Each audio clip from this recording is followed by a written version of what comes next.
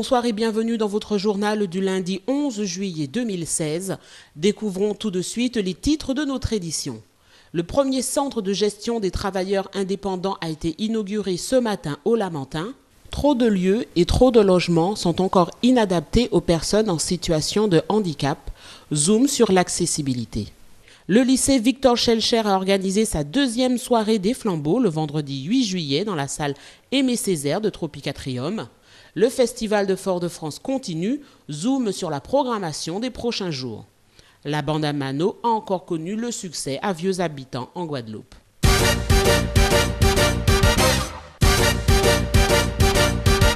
Cette semaine, nous vous proposons une série de reportages sur la question de l'accessibilité pour les personnes en situation de handicap.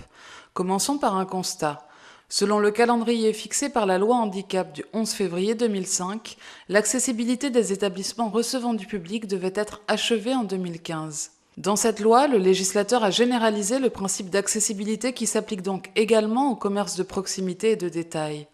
Aujourd'hui, en 2016, les objectifs ne sont pas atteints.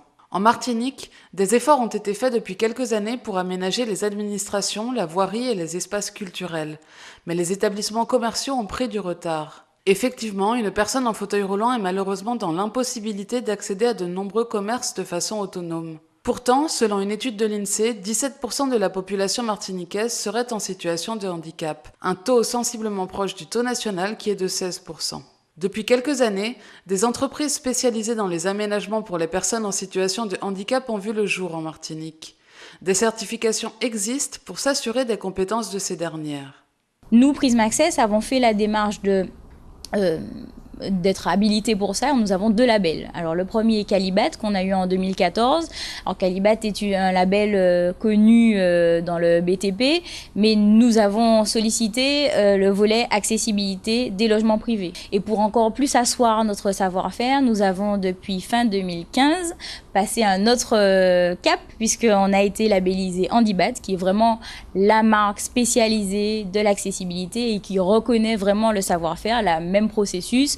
On a dû suivre, en plus on a dû suivre une formation validée et du coup derrière ça crédibilise notre démarche. Ces 2 labels-là sont d'autant plus importants pour les établissements qui reçoivent du public, puisque là par contre il y a effectivement des arnaques, des entreprises qui s'improvisent diagnostiqueurs, etc. et qui appellent les sociétés pour dire, en les menaçant entre guillemets par rapport au contexte de loi qui oblige à se mettre aux normes. Et du coup, ces entreprises-là n'ont pas le droit d'appeler, de demander des informations par téléphone. Bien sûr, il faut se déplacer sur site, avoir des compétences, à prouver bien sûr, parce que là pour le coup, la mise aux normes côté établissement qui reçoit du public, ça correspond comme dit le terme mise aux normes, à des règles bien précises, des réglementations, des hauteurs à respecter, anticiper tous les types de handicap. Donc là, on ne s'improvise pas diagnostiqueur dans ce domaine-là. De plus en plus, on entend en Martinique des personnes qui appellent, qui sous prétexte, ils envoient un fax ou bien et puis derrière ils appellent en disant vous êtes pas aux normes, envoyez-nous tout de suite vos informations par téléphone, il faut payer, sinon vous aurez des amendes. Et on a de plus en plus de clients qui nous remontent ces informations-là, qui s'inquiètent, mais attention, surtout ne pas diffuser d'informations. Personne ne peut prétendre à appeler par téléphone et avoir des informations qui sont du domaine privé. C'est absolument pas légal. Et effectivement, en France métropolitaine, on entend souvent ces histoires-là, mais ici, ça commence aussi. Vous découvrirez au fil de la semaine les acteurs et les étapes d'un projet d'aménagement pour personnes en situation de handicap. Dorénavant, pour les travailleurs indépendants, un seul interlocuteur et un unique lieu d'accueil en matière de cotisation. L'ISU, l'interlocuteur social unique, appelé Centre de gestion des travailleurs indépendants, a ouvert ses portes au public le 1er juin 2016, mais a été inauguré aujourd'hui. Écoutons Eugénie Libert, présidente du conseil d'administration de la CGSS, qui nous en dit un peu plus sur cette nouvelle structure. C'est un centre de gestion qui regroupe les activités de recouvrement initialement effectuées par la CGSS et toutes les activités qui concernaient le RSI, le régime social des indépendants, notamment les affiliations de ces travailleurs au régime. Alors, ce que ça amène, c'est qu'ils auront leurs problèmes traités de bout en bout en un seul lieu. Donc il y a une cellule mixte qui regroupe les salariés de la CGSS dans les domaines qui concernent la CGSS et les salariés du RSI Antilles-Guyane. Par conséquent, ils n'auront plus à se déplacer dans différents bureaux, dans différents lieux, et en un même jour, ils pourront poser leurs problèmes, y trouver réponse si les difficultés sont mineures, parce qu'il y a un pré-accueil, il y a un accueil qui regroupe les deux caisses. Sinon, au bout de 8 jours ou de 15 jours, en fonction des difficultés. Ce dispositif vise à faciliter la vie quotidienne des travailleurs indépendants et à accélérer leurs démarches, à mieux les accompagner. Non seulement accélérer leur démarche, mais les rassurer, parce que vous savez, c'est un secteur assez difficile, et quand vous avez des problèmes de recouvrement, vous n'avez pas forcément accès au marché, donc vous avez besoin de comprendre si vous êtes bien affilié, si les cotisations que vous payez sont bien calculées, et s'il y a des difficultés qu'on puisse vous expliquer, de façon à ce que vous ne vous retrouviez pas en difficulté sur une taxation d'office ou sur un recouvrement forcé. Alors, il y a un arrêté qui date de 2013. Je pense que la demande des travailleurs, c'est toujours la simplification. Simplement, l'État a suivi par rapport aux difficultés permanentes concernant le RSI, et ça s'est traduit par un arrêté de 2013. Il y a une convention qui a été signée entre la CGSS et le RSI.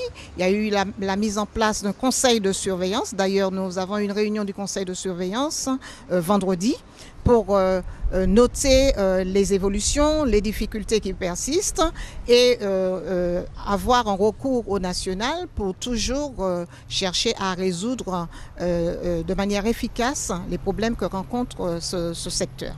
Des plans d'action ont été mis en place conjointement afin de pallier aux contraintes techniques et assurer un niveau de qualité de service satisfaisant.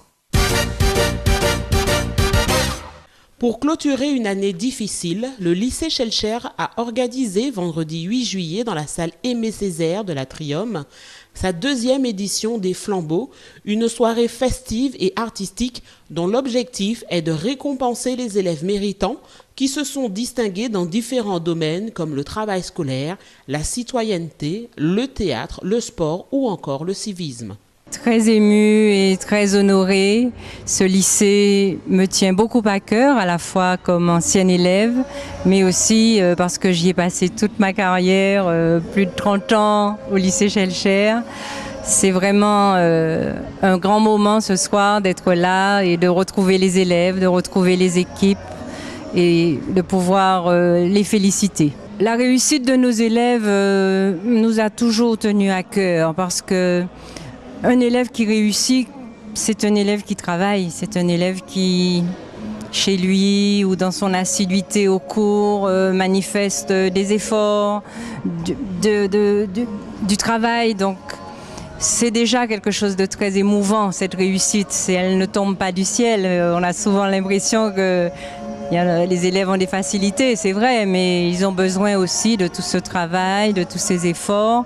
Et ça, c'est un moment très touchant de pouvoir leur dire vraiment merci de ce travail, merci de ces efforts.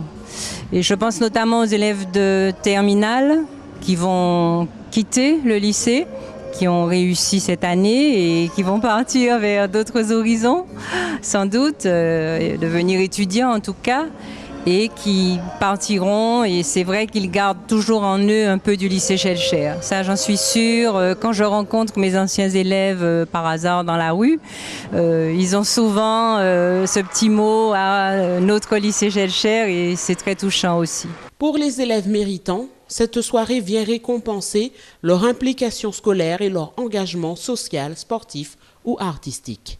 J'ai reçu le prix de l'assiduité. Je n'ai jamais été absent de toute l'année. J'ai toujours été à tous les cours, à l'heure, comme il faut. Je me suis habitué au lycée assez vite, quand même. J'ai pas eu de difficultés. Le lycée m'a pas trop stressé.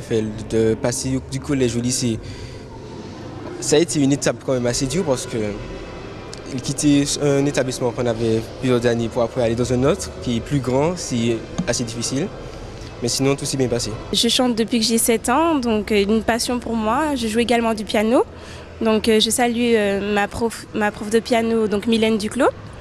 Donc c'est avec plaisir que j'ai pu me produire ce soir à l'Atrium pour la soirée des flambeaux de mon lycée. Donc ils m'ont côtoyé pour que je puisse chanter cette chanson. D'ailleurs c'est un honneur pour moi d'avoir chanté Bois brûlé de Jeanne Mouna, les pieds nus bien évidemment pour lui rendre hommage entièrement. Et donc voilà, je suis toute émue et toute heureuse d'avoir pu chanter ce soir.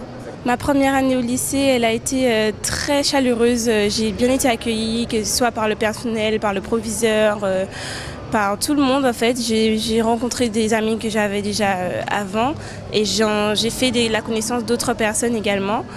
Et voilà, ça a été une très bonne année de seconde. Ouais. J'ai eu le prix de la meilleure élève de BTS AG2. Alors AG2, qu'est-ce que c'est comme? Donc c'est assistante de gestion, donc c'est pour former les futurs assistants des dirigeants d'entreprise. Et ce sont des personnes très polyvalentes qui aident énormément au sein d'une entreprise. Le BTS m'a beaucoup aidé en ce qui concerne mon projet professionnel.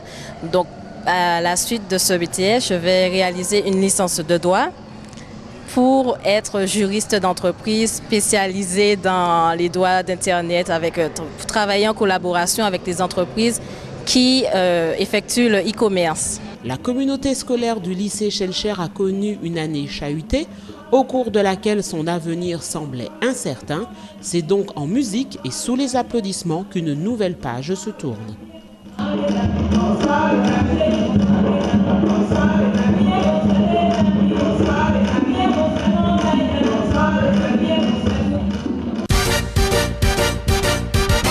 Aujourd'hui, nous nous sommes rendus au CERMAC afin de rencontrer certains artistes du 45e Festival culturel de la ville de Fort-de-France afin de nous en dire un peu plus sur leurs prestations prévues. Je présente, c'est ma première pièce que j'ai écrite, j'ai encore d'autres pièces. Et c'est une pièce que j'ai écrite en 1995 et où Hervé Delige l'a mise en scène depuis en 2015. Où on a joué dans plusieurs collèges en Martinique. C'est une pièce qui parle de la drogue, qui évoque la souffrance d'une mère par rapport à son fils. C'est une pièce où je n'en dirai pas plus, parce que c'est une pièce à voir, absolument. Parce qu'en Martinique, maintenant, nous vivons dans une société où la drogue, le plus souvent, est très présente dans les familles. Et souvent, on en a peur d'en discuter ou d'en parler. Et après la pièce, il y a un débat avec un sociologue. Alors c'est pourquoi je dis que c'est une pièce qu'il faut absolument voir. Jouer t'apporte toujours plus quand tu es comédien, tu vois. C'est bon. Ça te permet d'apprendre, de t'améliorer encore mieux. Et là, jouer un trafiquant, j'avais jamais joué un trafiquant, donc ça apporte quelque chose. La pièce elle est assez remplie d'émotions quand même, tu vois. Parce que le sujet de la drogue, du trafic, de comment on tombe dans ses vices, ce n'est pas un sujet facile, hein. C'est un sujet que tu portes dans le cœur. Alors c'est un jardin urbain, ça on peut le dire. Oui, l'idée c'est de représenter une pensée créatrice. Ouais, le cheminement de la pensée créative. Voilà, quand on est artiste et qu'on a une idée et qu'on passe de l'idée à la réalisation et au public après. Donc voilà, c'est un espèce de cheminement, un parcours. Ça sera sur la savane, donc en plein sur la pelouse. Donc voilà, c'est un peu participatif, interactif. Oui, c'est participatif et on évolue en fait à l'intérieur de l'œuvre qui est le cheminement en lui-même. Donc ça permet vraiment de s'approcher au plus près des objets et puis il y a quelques petites surprises aussi avec ça. Mardi 12 à 18h30, donc dans le cadre du Cénacle, le thème du syndicalisme, peut-on se passer, la société antillaise peut-elle se passer de syndicalisme? C'est un thème donc, que nous allons aborder Martial Arconte et moi.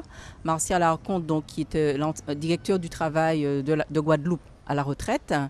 Nous avons voulu, donc je l'ai sollicité, pour avoir un regard croisé sur cette question du syndicalisme entre Martinique et Guadeloupe. L'idée pour nous, c'est de pouvoir interroger l'organisation syndicale salariée, puisque le syndicalisme concerne le salariat, mais aussi le patronat à travers ces organisations syndicales. Donc l'idée pour nous est de vraiment faire une focale sur l'organisation syndicale de salariés qui ferait problème. Mais la question sociale portée par les organisations syndicales, c'est vraiment la question la plus sensible dans la société française. Et vous voyez aujourd'hui ce qui se passe avec la loi travail. C'est une question de fond qui se pose aujourd'hui. Donc, il faut donc venir nombreux pour entendre Martial Arconte de la Guadeloupe et moi, donc Daniel Laporte de la Martinique. Nous allons donc faire un regard croisé sur cette question sensible du syndicalisme. Et puis, peut-on se passer du syndicalisme dans une société? On va essayer de répondre à la question. Si on dit non, pourquoi? Et si on dit oui, pourquoi? Le rendez-vous est donné pour les prochains jours de ce 45e festival culturel de la ville de Fort-de-France.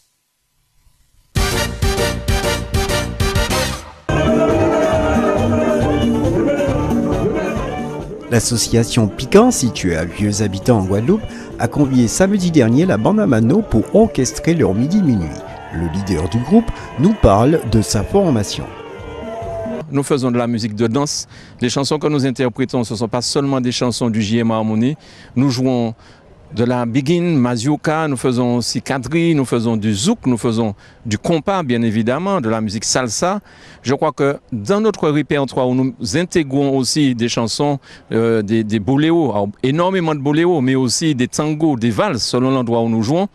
Je crois que tout cela contribue au succès de cet orchestre, la bande à Mano.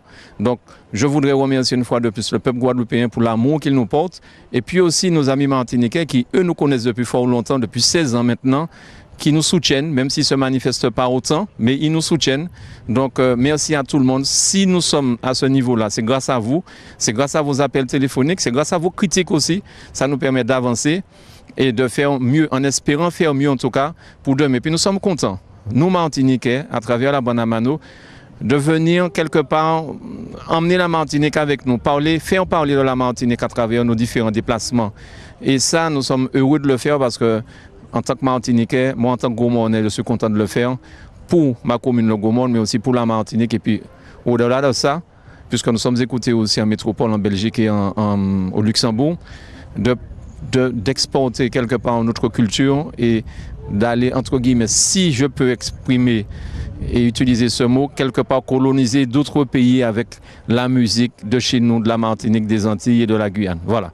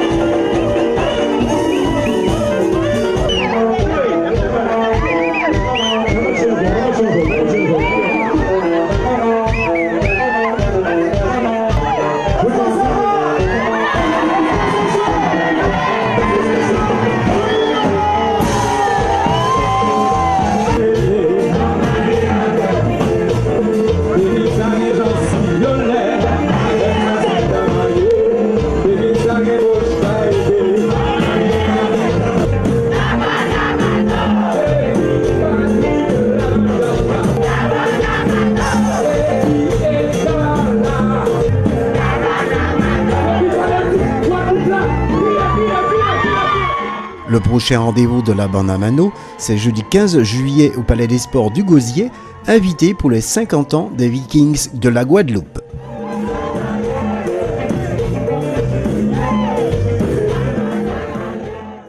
Et c'est ainsi que se termine notre journal. Rendez-vous demain à 19h20 pour une nouvelle page d'information.